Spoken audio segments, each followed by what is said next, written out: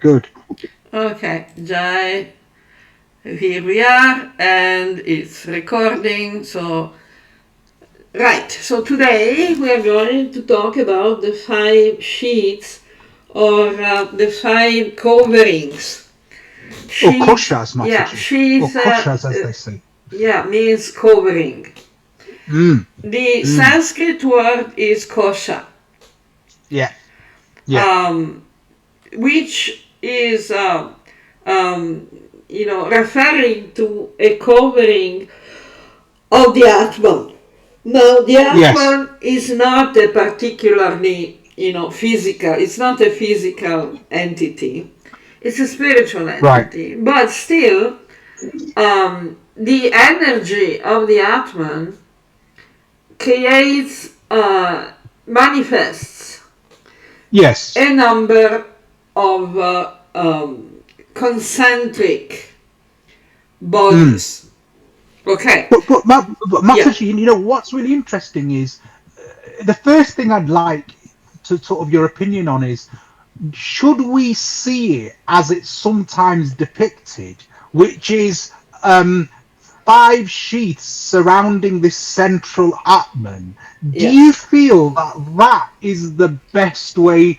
I mean, it's practical, it's pragmatic, but do you think it's accurate? That's my first question, basically. Because, when anyone who comes across this, it always sees this diagram with this Atman in the middle, and then you've always got these sheaths around it. And I'm just wondering whether you think, is that the way we should be looking at it, or it is in fact accurate, but it will be more apparent while we discuss about them. They're concentric in the sense that they're one within the other, but some of those are expanding beyond the physical body. But we'll get there, one step at a time. Let's start with the external, the outermost layer, which is the one we can see easily with the material senses, which is the physical body. The physical body is called annamaya kosha. Annamaya means made of food, because how interesting. Yes. How interesting. This is it is interesting. So annamaya, anna means food. Most specifically, it means food grains. So the physical body is made of the physical food that we eat. Now, we eat, we drink, we breathe, any material elements that we introduce in our physical body, that goes to shape our physical shell, we can say, physical body. Now, the next one is the pranamaya kosha. It is the body made of prana. What is prana? Prana has become very famous because of pranotherapy and all this stuff. And prana means energy. But it's not specifically the breathing. It's not oxygen like many people think. It's energy that is carried by the air. It's not the oxygen. The prana is also found in every living thing.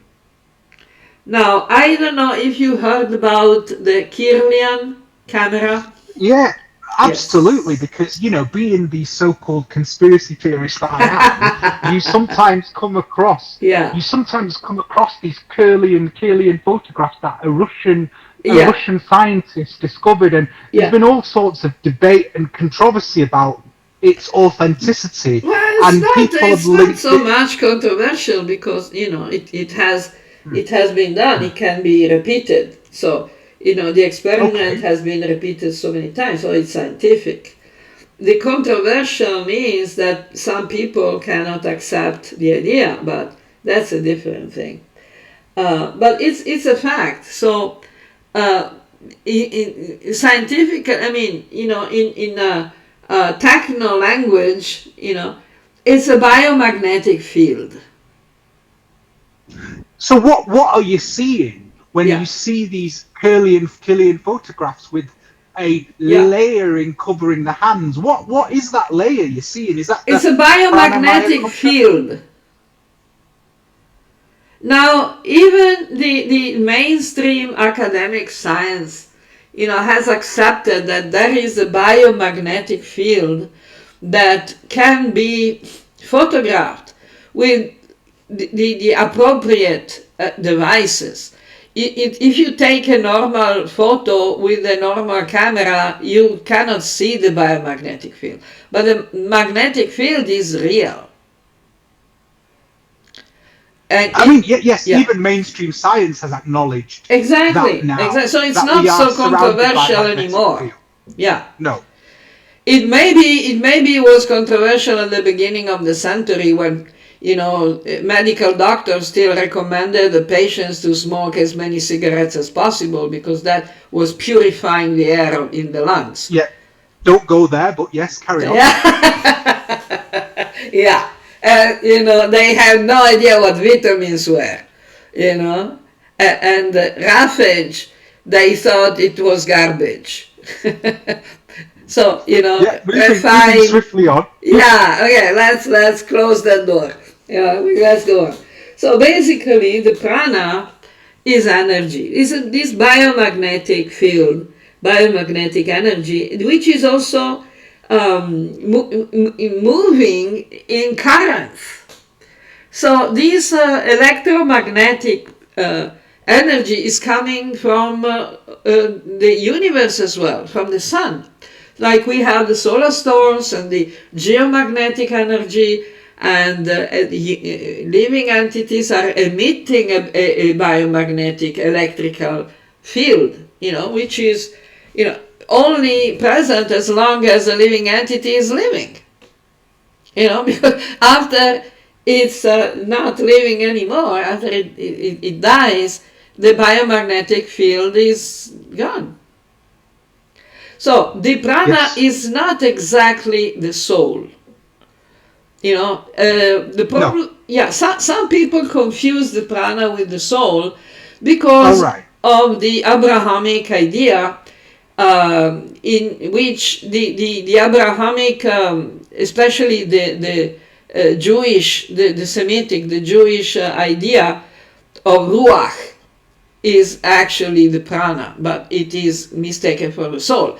If you go and see in the Genesis, for example, the story is that Yahweh makes this, doll made of mud, and then it Yes. breathes in the soul into this mud doll.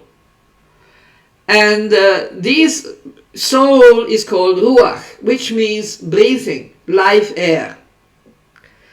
And they confuse it for the soul. But it's not the soul. The prana is not the soul. It's the life air which carries the Atman. When we're reading Bhagavad Gita, we can see that at the time of death, the soul is carried from one physical body to the next destination by the mind and the life air. The mind Yes. and the prana go out of the physical body at the time of death, and they carry the Atman towards the next destination. So the prana is created by the Atman, it's the energy of the Atman, and at the same time it's also everywhere in the universe, in the material universe. It is coming from the sun, it is coming from the earth, which earth is also a living being, sun is also a living being. Everything is consciousness. Now I was, I stumbled on one, very recently, today itself, I stumbled on one video. Let's see if I can find it easily, which was physics. It was precisely a video about quantum fields. Here it is. Space-time is the memory of a self-knowing universe. I can put the link. Oops. From I can put the link on the description, but it is from one Italian scientist, Federico Fagin, who is here. It's saying that he invented the CPU from the computers. So so it's very interesting, because this is a actual technical scientist. It's not a new age opinionist that is talking about the vibrations, the universe, the galactic brothers. Is a technician, who studies and teaches physics. So he says that everything is consciousness, and consciousness is energy. Everything is energy. The entire universe is energy and consciousness. So prana is also energy and consciousness at the same time, because it's created by consciousness. Now, it's present everywhere. We know from the Vedic Vedic knowledge, that Paramatma is in each atom even. Not just in the heart of all living beings, but in each atom of the material universe. So wherever Paramatma is, the prana, the energy is there. The shakti is there. So prana is everywhere. Now the point is, how can we feel the prana? We can have the manifestation of the prana, proportionately with consciousness. So the Atman, that is a very distinct manifestation of consciousness, creates its own prana body, which is a body made of energy. So, it's interesting, because then, some people say, oh, your prana isn't that good. Oh, your prana isn't that strong. Are you saying that the prana is from one source, it's one energy? Is it accurate to say, oh, your prana isn't that strong? Or, does that make sense, Mataji? Yeah, well, it makes sense because the prana is always there everywhere, but it can become, it can accumulate and become more manifest. There are things that help us improve our prana. The yoga, the actual genuine yoga, teaches us how to manage the prana through the pranayama. For example, pranayama means controlling the prana, which is not just controlling the breathing, but controlling the circulation of prana in our body. Now, the prana is an energy, and sometimes you can find there is more energy or less energy. For example, when we do astral traveling, we move out of our physical body to travel on the astral dimension with our astral body, mind body, mental body. We take some prana with us, and we leave a little bit in the body so that the physical body can continue to do its work, like blood circulation, heartbeat, and breathing. But because we move out with the major part of the prana, the body becomes, the breathing becomes slower, the circulation slows down, and the body becomes heavier, it feels heavier, and it cannot move. It has difficulties moving, and it becomes cold. So when we do astral traveling, out of body experiences, we need to keep our physical body warm, because it will definitely become colder while we are out. Because most of the prana, a big part of the prana is coming out. We are taking it with us while we travel. Is that clear?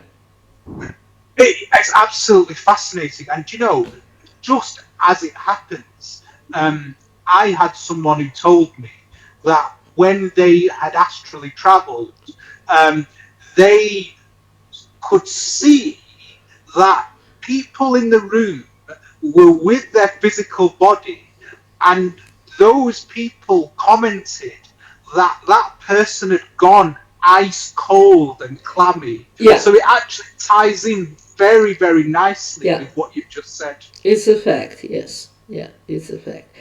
And talking about the prana body, the pranamaya kosha, we must talk about the chakras and the nadis.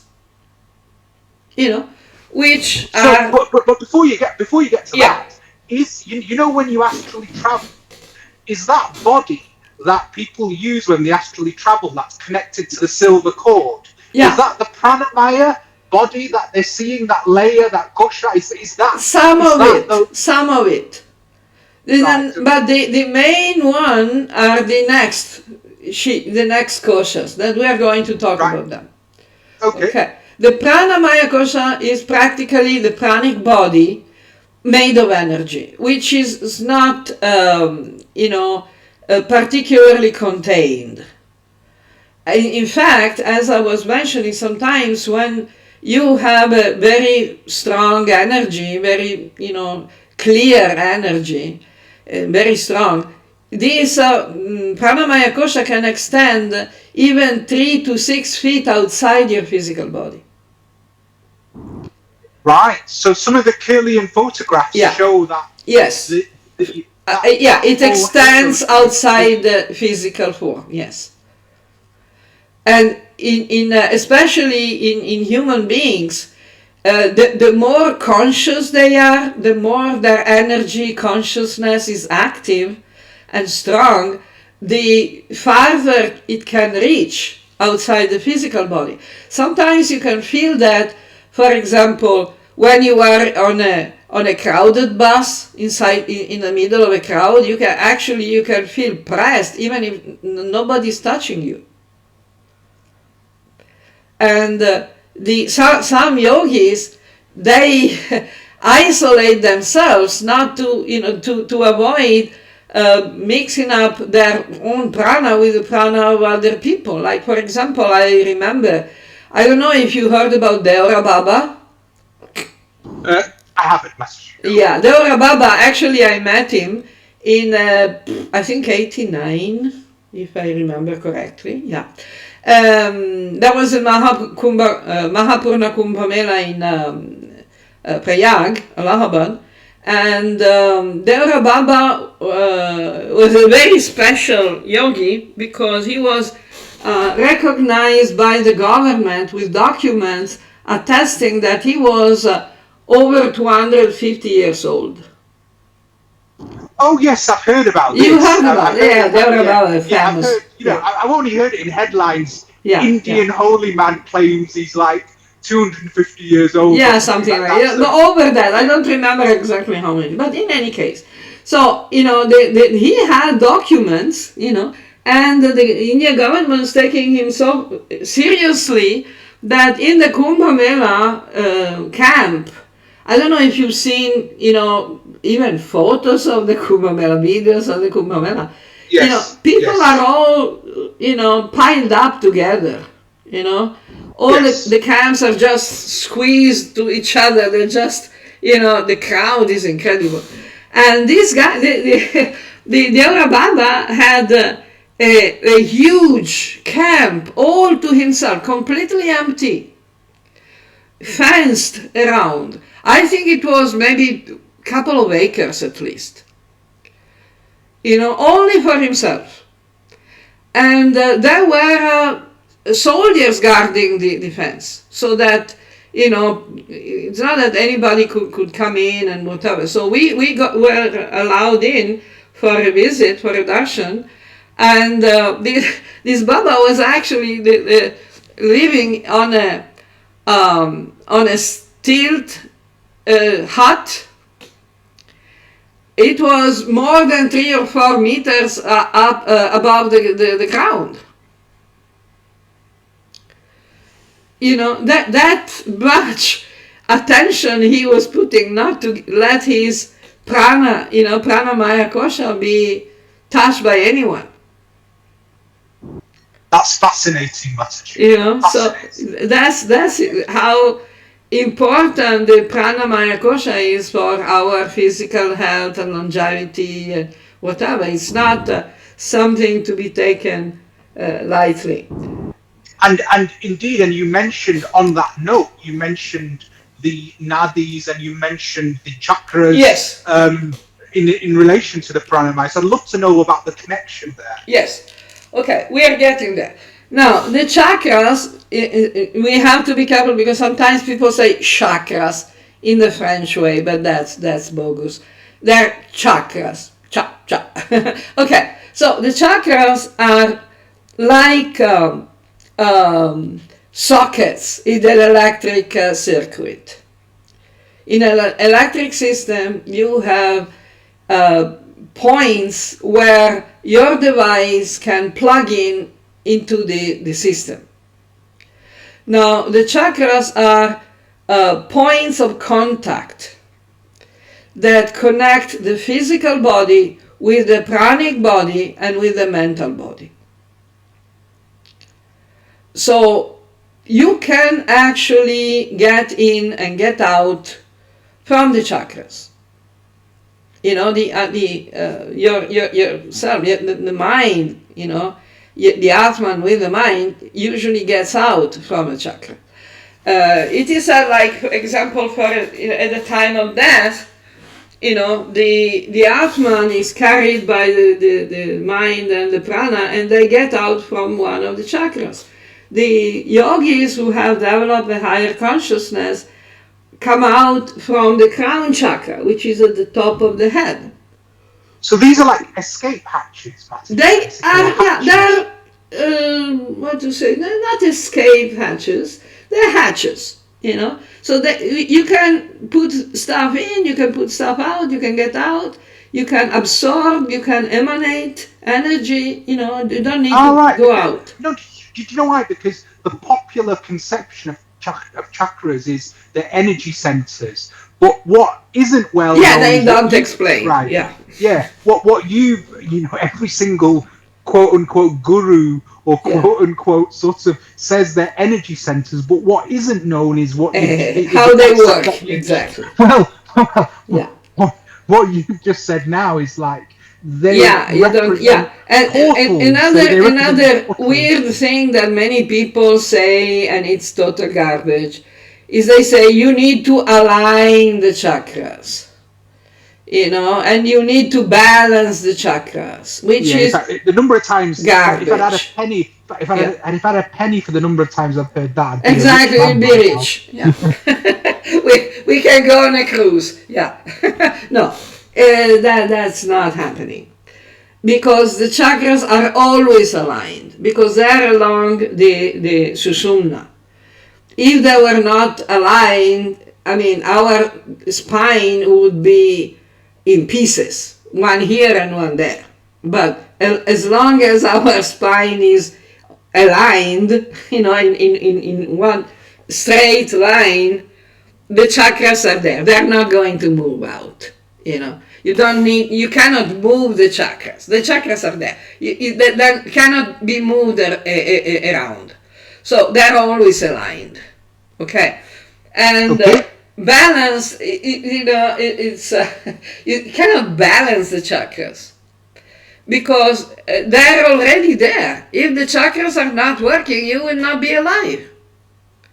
No, I mean that makes complete sense. I You mean know? these are just fancy concept, Yeah, fancy words that there, people put in. people need to, present some new stuff, new speculation. They want to, Yes, yes, yes. sound fancy, but they don't really I, know how it's working. But anyway, let's go back to the solid yeah, yeah, yeah, examples. Now, we were yeah. saying that at the time of death, it is also scientifically manifested, that at the time of death, most people exit through, regularly, average developed people.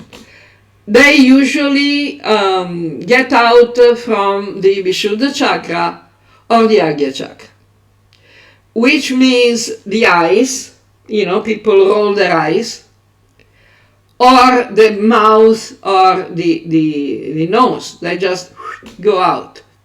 So that's not yet in the Sahasrara chakra, not the crown chakra, but still, you are elevated enough to get out from the openings that are nearest to those higher chakras. Now, the people who are not evolved much, they can usually, they often get out of the body through the openings that are nearest to the Muladhara chakra. Or, the Muladhara is Svadhisthana chakra, so they pass stool or urine when they die. Yes, we've heard that. I've Yeah. heard that, yes. So, the prana is categorized in 5 main groups, categories, plus 19 more. Now, I have, I should have taken it out from, because there is one commentary on Bhagavad Gita where I detailed all the pranas. The Kundalini Shakti is portrayed as a snake with 5 heads. These 5 heads are prana, apana, udana, samana, vyana. These are the 5 main pranas. So the prana goes down, goes upwards. The apana goes downwards. So when we breathe, we have the prana and apana moving. With the prana is exhalation, and the apana is the inhalation. So the oxygen, the air is always the same. Whether it carries more oxygen or not, that's not so important. The point is when we inhale, the apana takes charge of the business. And the apana also takes charge of all the feeding, eating, drinking, smoking, inhaling the smoke or whatever. So it's all, in Indian languages, it's all called eating. I think in Bengali as well, if I'm not mistaken. Yes. When someone says, "Oh, are you smoking?" the expression "eating smoke." Yes, it is. Yes. So, yes. eating cigarettes. Yeah, exactly. It's not that you're chewing the, the cigarette. It means you're imbibing, you're absorbing, putting some stuff into your body with the apana. The prana is more connected to the exhalation, so the breathing. But it also, it also circulates all over the body. All the pranas are circulating all over the body. Now, each one of these main pranas has particular functions in the body, like the circulation of blood, the production of the enzymes, the evacuation, and the delivery of, when you the birth, giving birth. They're all regulated by the pranas. Now, the chakras are, as we said, are like these energy centers in which the kundalini, which is the personification of the energy of our Atman, of ourselves as Atman. Now, the kundalini is another name for the mother goddess. The mother goddess is present in... Yeah. So Shakti, Mataji? Yeah.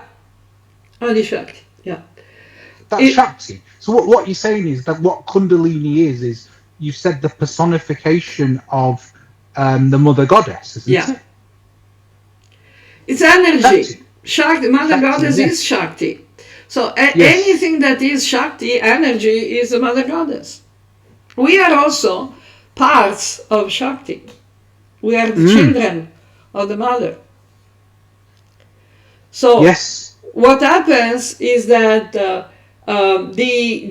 Adi Shakti, the mother goddess, manifests in a human body as Kundalini, because she is sitting in the kunda, in the basin that is at the root of the spine, mula. As depicted. As depicted. Then at the cosmic level, she is the Adi Shakti, the manifestation of the entire universe, the entire world, more than universe, because there are many universes, of all the universes. So she is a Mahamaya at the cosmic level. So what you're saying is she's responsible for manifestation both at the cosmic level, but also at the individual level. Yeah. And also at the cellular level. You heard about the mitochondria? Yeah, the mitochondria, yes, absolutely. These are the, they are sometimes called powerhouses. That's what they're sometimes called in science, effectively, basically. Yeah, power is Shakti. Yes. Yeah, the scientists have got to now that stage where they're calling them powerhouses. It's coming, They're slowly getting there. But, that is the same manifestation of the mother goddess at the microcosm, the macrocosm, and the middlecosm. The human being is a middlecosm. It's not even a microcosm. The manifestation of Shakti in the human is the Kundalini, effectively. Yes. Okay. So this Kundalini is depicted iconographically as a snake. It's not exactly a snake, but it feels like a snake because she's coiled in the Muladhara chakra. Yes. With her 5 heads of the pranas. Prana is also energy.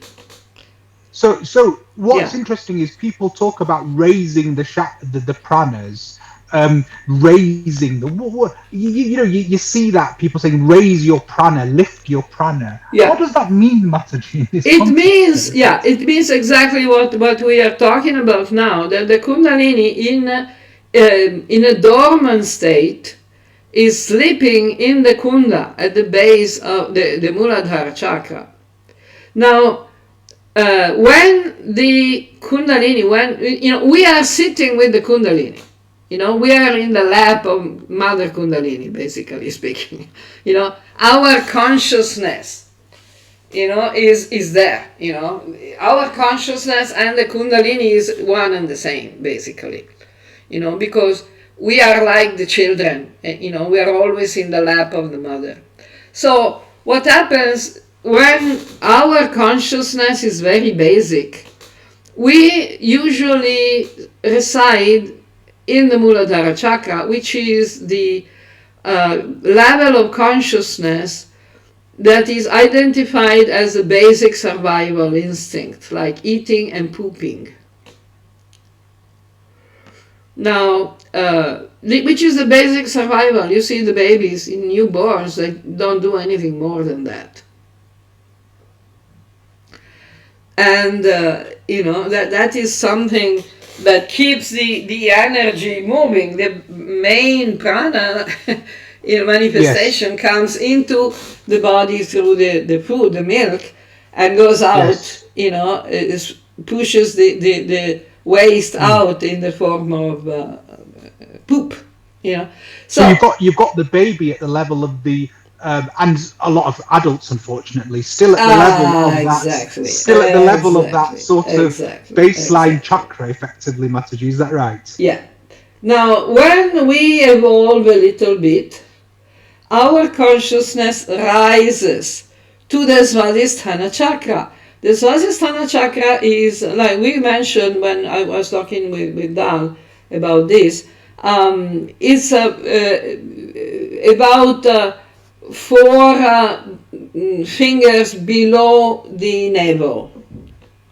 So it's between the navel and the genitals. And the Svadhisthana chakra is characterized by feelings.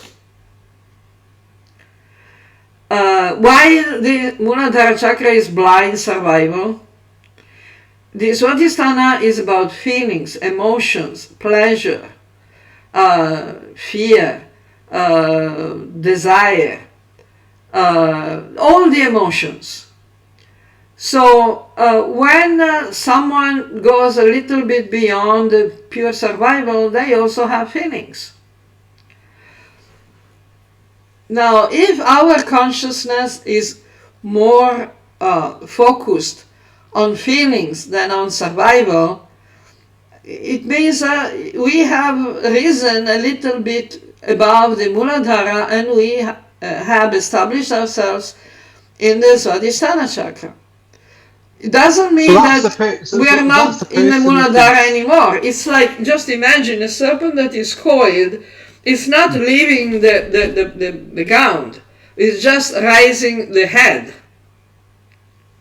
Tell. Yeah, so that is something, that's the person who thinks, do you know, I'm eating and I'm enjoying my food, but I'm looking for something else now, or I kind of feel there's something more now. Is that kind of instead of just eating because otherwise you're going to die, you prefer, I don't know, you prefer rasgulla rather than dry bread.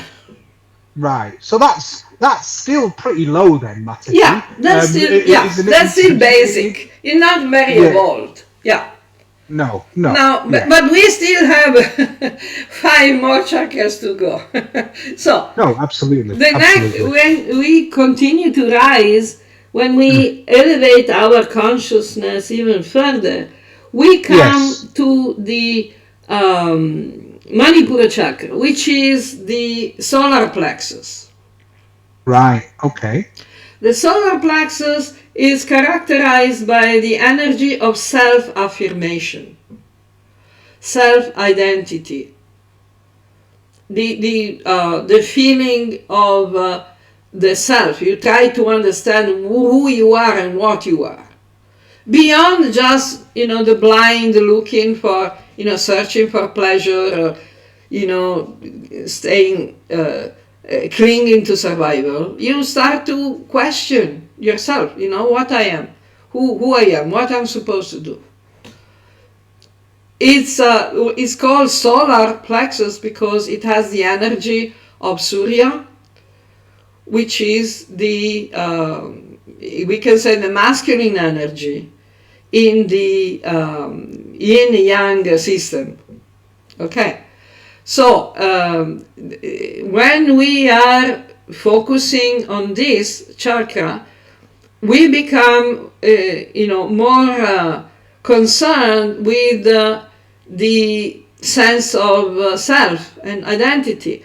Like many people suffer, of lack of, healthy energy in this chakra because, for example, they have big issues of self-esteem, self-confidence, self-esteem. So when their self-esteem is damaged, the Manipura chakra is not functioning properly, and the other way around. When Manipura chakra is not functioning properly, self-esteem it cannot work properly.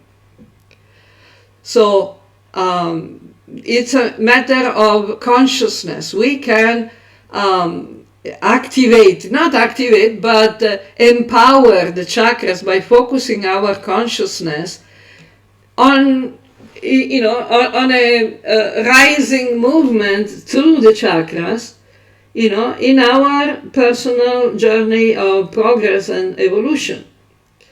So the next chakra on the line of Sushumna is the Anahata chakra, or the heart chakra.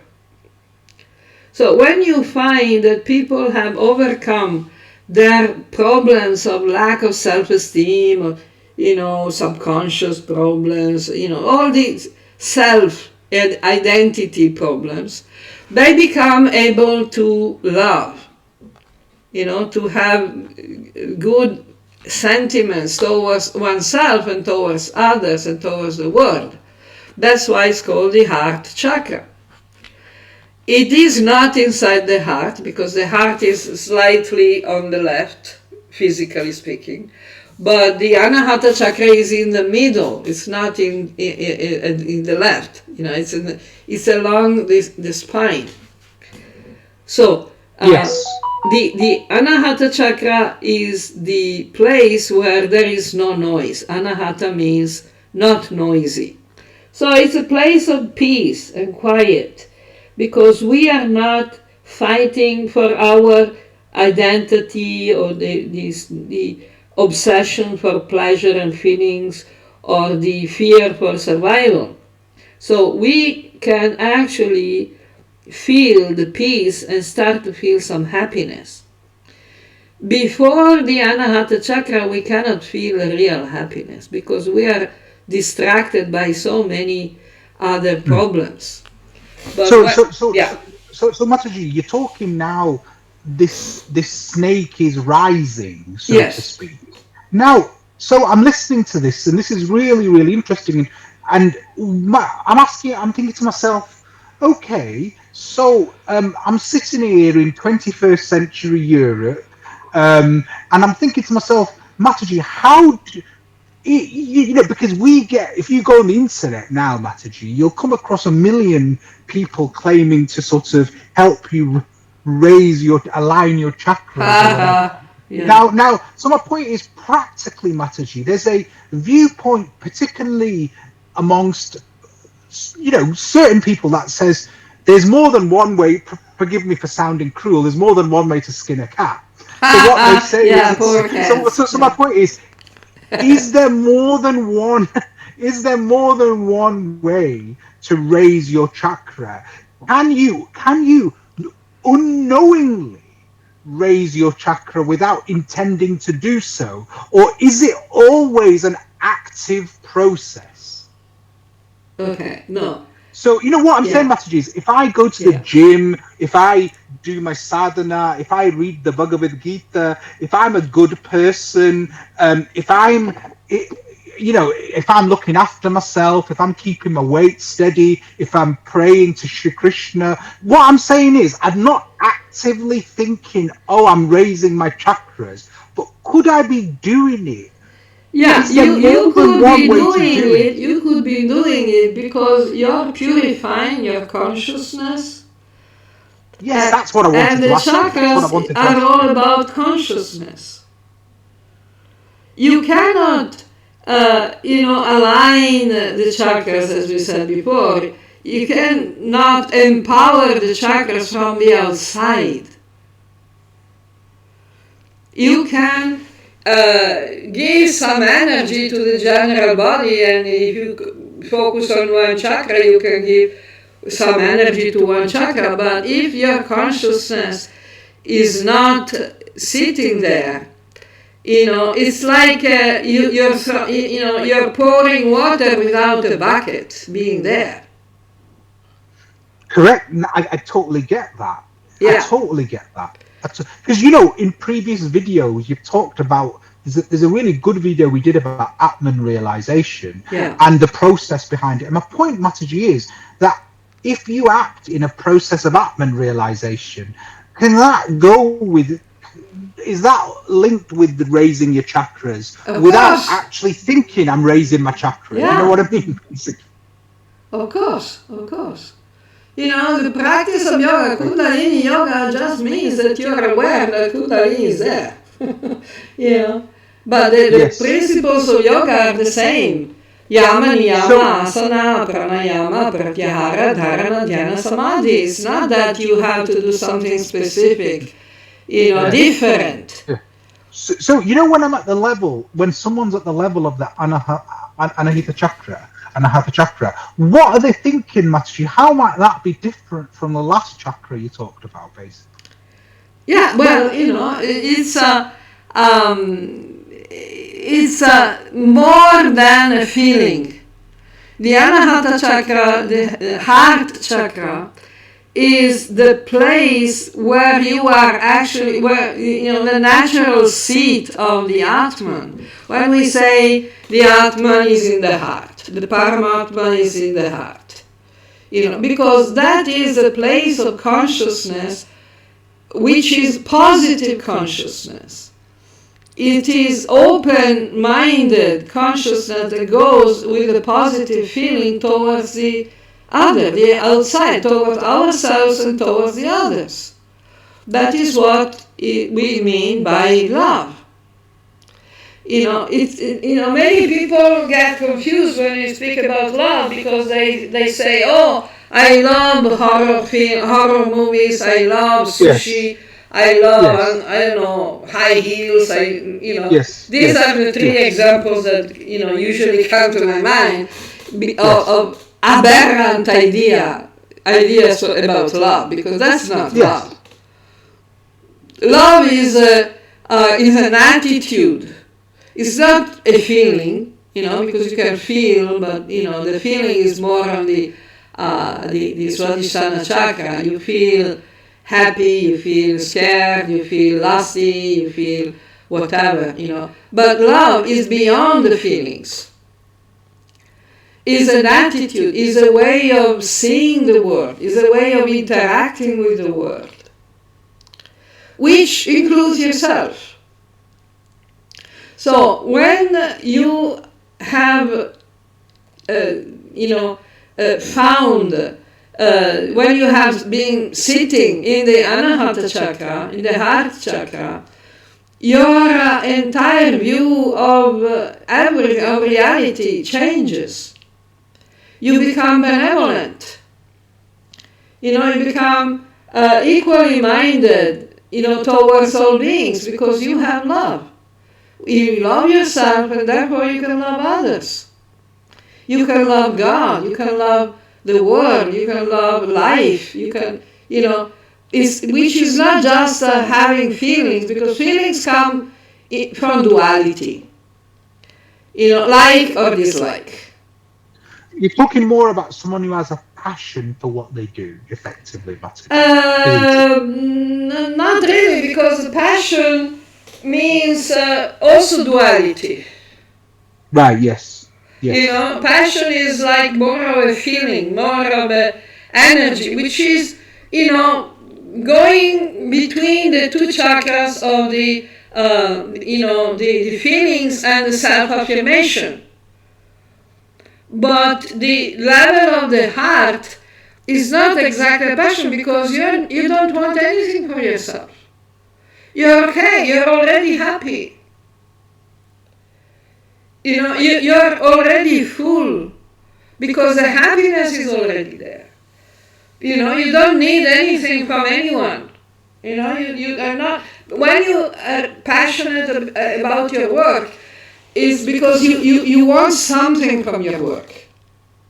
So when you, because this is really interesting, because people talk about these, but they don't really relate it, which is what you're doing now. We don't often see that. And so please describe this heart, love, anahata chakra. You know, what sort of love are we talking about here, Mataji? Uh, what sorts? Okay. No, I'm just thinking about how to relate it to. Yeah, explaining what love is uh, in a context where people don't know what love is a bit like explaining the colors to blind people. No, I Yeah. understand that, but people talk of bhakti, which is pure devotion without expecting anything in return. Yeah, that's love. Yes. Is this what you're talking? Yeah. The bhakti level, Yeah, effectively. but That kind bhakti, of. usually when we speak about bhakti, we direct bhakti towards God with Bhagavan, you know. Yes.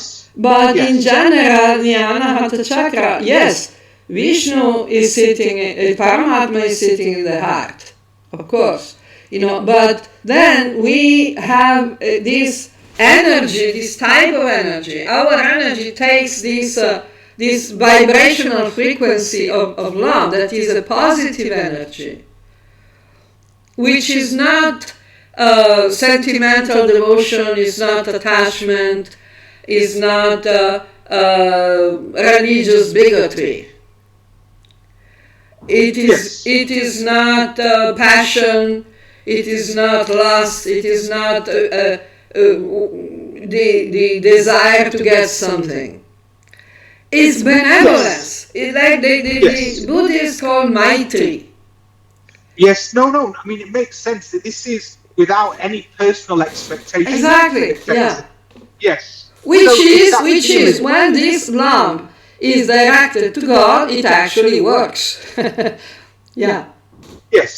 So you've nicely explained the anahata chakra, and that makes complete sense. Let's Then carry we on. rise further. We rise further, and we come to the Vishuddha chakra. Okay. Vishuddha chakra is in the throat, at the base of the throat, which is the chakra of the energy of speech, which is not just the physical sound, but it's also the subtle sound. So, to empower, to concentrate, to focus on the Vishuddha chakra, we chant the shastra, we chant the mantras, and we observe some vratas, some techniques like Mauna Vrata, Satya Vrata, and then our speech becomes powerful.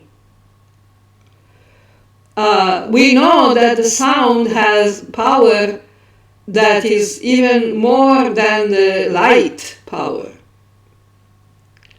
The light needs a specific devices to turn it into laser beams, but the sound by itself can actually impact objects, physical objects, like the famous experiments that sometimes they do the demonstration. Yeah, they break And the also glass.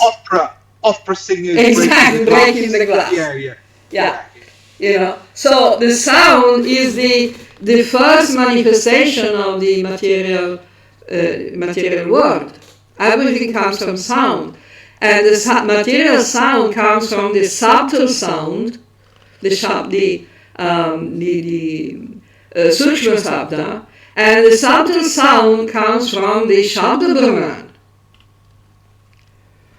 which is none other than God. The Om is the basic vibration of the universe. It's not just Om, it's not just a material sound, it's more than that. So this sound can be vibrated and processed, especially when your Vishuddha chakra is properly active. When you focus on the Vishuddha chakra. Yes, that makes sense. So a lot of when your Vishuddha chakra is clean and working full power, your speech is powerful. And we know that the powerful men and women in history had were brilliant, not just speakers, but their voice quality and the way they spoke was Yes. fundamentally important. And we have Vagdevi, don't we, as well? The Exactly, goddess. seriousness. Yeah. Yeah. So, this is about the Vishuddha chakra. Then we have the Agya chakra, which is the famous third eye. Yeah, the world knows about this one. Everybody knows. I don't know if you heard about Lobsa Grandpa. No, I haven't. No. That was quite famous because there was a book, a novel, that was in fact entitled The Third Eye by one Lobsa Grandpa, which was became quite famous in the 70s, the 1960s and 1970s. And it was quite crazy because, in fact, this guy was was just a taxi driver in London or something like that. And he was saying that in the Buddhist monasteries in Tibet, they were opening the third eye with the monks with the drill, making a hole. So there were stupid people who actually drilled themselves to death. Yeah, to imitate thought that. It was an actual. Who thought it was an actual eye? Yeah, they thought, it must be a hole. They have to open the hole. And Mataji, what is the link between that and the bindi? Is there a link between that, Mataji, that women wear? That is the place. But even if you, actually touch your forehead, in that place, you can feel there is a little depression in the skull. Yes, very much so, yes. That is the place. But we don't need to open it. No, and there's a very interesting reflex where if you tap your forehead in that area, yes, you're meant to blink. And one of the first signs of certain neurological conditions like Parkinson's disease is if you tap that area, you lose the blinking reflex, which is interesting. But anyway, and then we connect here the chakras with the nadis, or as the Chinese traditional medicine calls them, the meridians. Right. And the acupuncture, and all this stuff that the Chinese kept even when the Indians forgot about them. So it's very much verifiable scientifically. Well, you've just said this is where we connect the nadis. Are the nadis linked to the third eye? Is that what they're linked to? Oh, there are 72,000 nadis in the body. They go everywhere. The main nadi is the sushumna, which is in the middle of the spine. And the two ancillary nadis to the sushumna are called ida and pingala, which are entwining themselves, up and down the spine along the sushumna. And you must have, you can remember the symbol of medicine in the West. It's a caduceus. Oh yeah, absolutely, yes. Which is, the depiction of the sushumna with the ida and pingala, basically. Yes. So, this knowledge has been quite universal for a long time. And it can be very easily verified experimentally, and we can take back from the Chinese traditional medicine all the knowledge about the meridians, acupressure points, but and the 72,000 nadis. And one more thing that I don't know so much about Chinese traditional medicines, but in yoga, in the science of prana, they're called marmas. Yes, I've heard of them. You heard about the marmas. So marmas are particular points, which are not chakras, but they're particular intersections of nadis, we can say. That actually have a dramatic effect on the functions of the body and mind. You know, you can kill someone by just pressing one of these murmurs. So that sometimes you hear that in stories where you just press that area. And is there a link with that and reflexology, Mataji? Yeah, exactly. Okay, so we have okay. I had an appointment at 6 o'clock with Paolo. Oh, so Mataji, shall we draw this to a close and maybe do part 2? Yeah, I think we can do part 2 next time. Where we'll talk a little bit about, we'll continue with this and then maybe continue this, because I suspect this will be a multi-part series. Yeah, because we only started, you know, we're talking about the pancha kosha, we are just not even finished the pranamaya kosha. I suspect there'll be 5 episodes dedicated to this. Maybe not. So, let's see. So let's maybe see. less. My obeisances to you, and thank you so much. We'll talk again. Thank you so much. Jai Jagannath. Jai Jagannath. Jai Jagannath.